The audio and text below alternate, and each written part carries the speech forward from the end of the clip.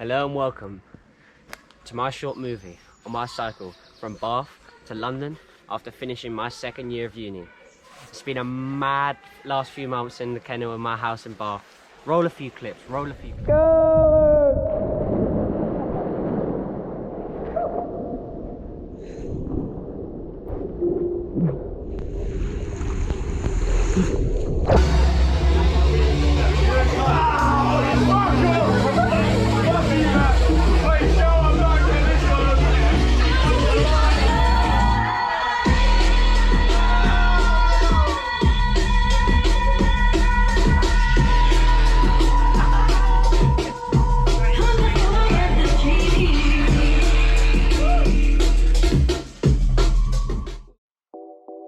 And now, I've stopped just outside the longest cycle tunnel in Europe. Let's go. As I set off on the 1st of July 2020, I was excited for the journey ahead, but totally unprepared for the huge physical challenge that was to come. I decided to break the journey up into 2 days. The first day was 100 miles from Bath to Slough, cycling along the Kennet and Avon Canal, which was built in the 1720s to transport goods between Bristol and London. The second day was much shorter, and it was another 60 miles, following the River Thames all the way back to my family home in London. Now here are some shots of me cycling while I play an original song of mine called Ripple.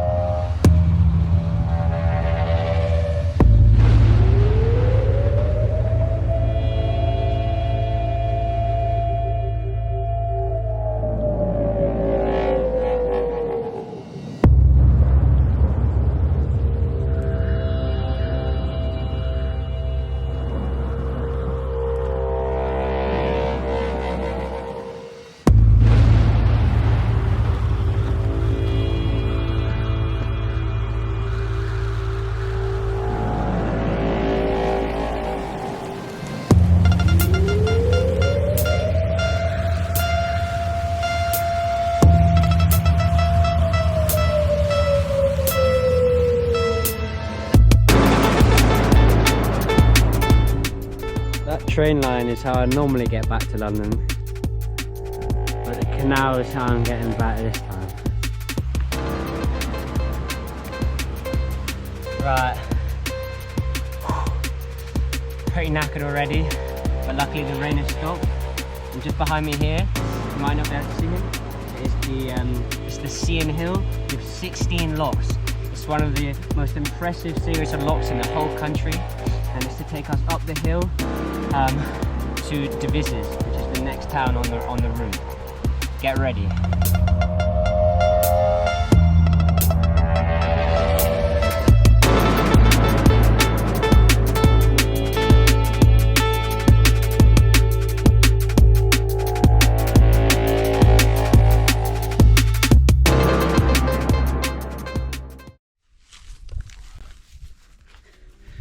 Right, so I'm about a third of the way there now. I've parked up at the side of this random road where I could have a little seat. I'm drinking my fat Red Bull, going strong. The weather's got much better and I've come off the canal because it was getting a bit bumpy, and I'm now on a road that's running alongside of it. And yeah, still got a fat day ahead of me, but bring it on, bring it on.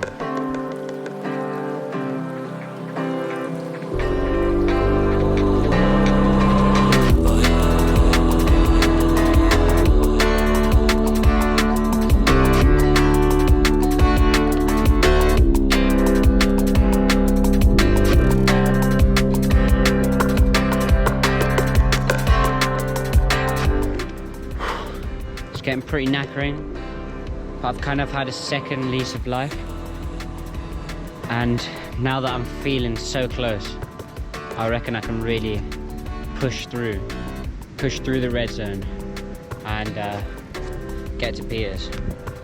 Wish me luck. I'm now on a nice cycle path next to the river, sorry, next to the canal. I hope it stays like this and doesn't get any worse. I've had some pretty bad paths, especially with my little tyres. It can get pretty tough. But yeah, peace out.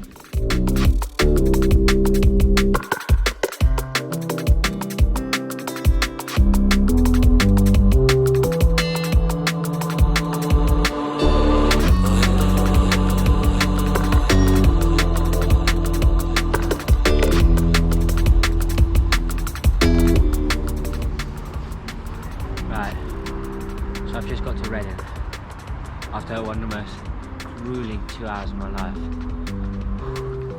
I couldn't sit down throughout the last the last hour of the journey. My bum is just absolutely done.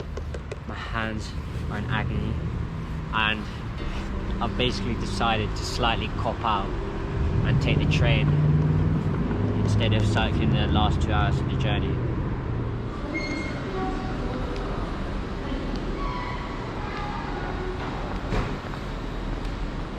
I've arrived.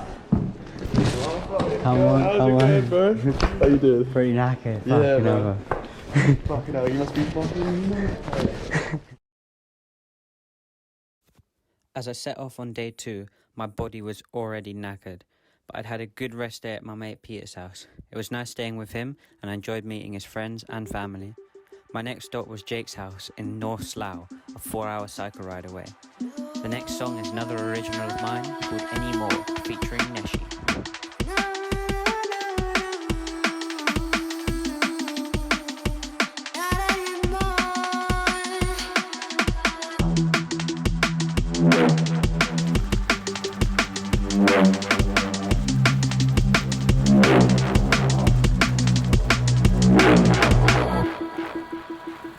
I look to the skies and I swore I am too wise to fall for your light anymore.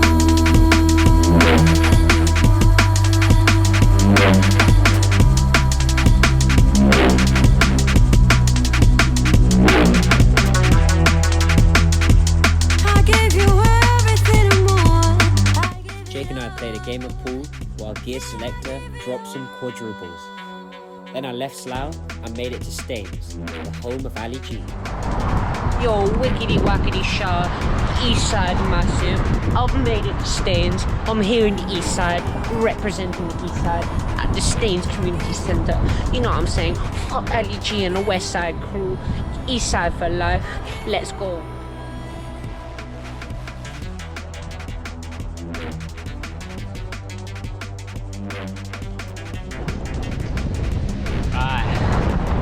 made it to the Thames estuary. I've just left Staines and I'm on my way, getting close. London, here we come. Let's go. but not anymore. Anymore.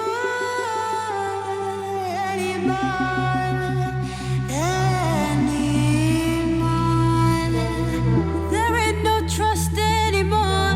There ain't no love anymore. There ain't no us anymore.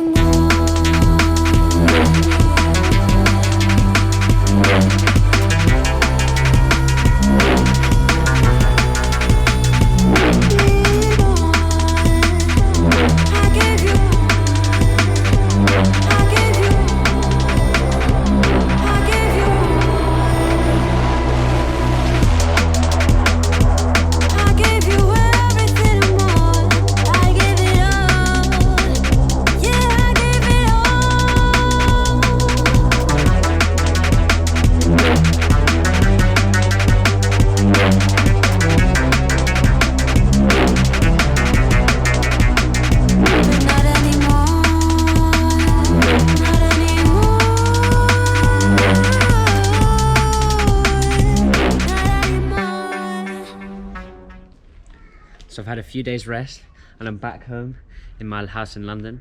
I hope you guys enjoyed seeing some of the best shots from our cycle home from Bath University. I think what I really enjoyed most about the 150-mile trip was seeing the natural beauty of England, especially while cycling along the canal and the River Thames. During the cycle during the pandemic certainly had its challenges. There were multiple bridges closed without diversion instructions. The paths were overgrown and bumpy since they hadn't been maintained. And there were very few people on the canals, although that could have been because of all the rain. And obviously, saddest of all the pubs along the canal were closed. Overall, I loved the experience and I arrived home unscathed, but I couldn't say the same for my GoPro.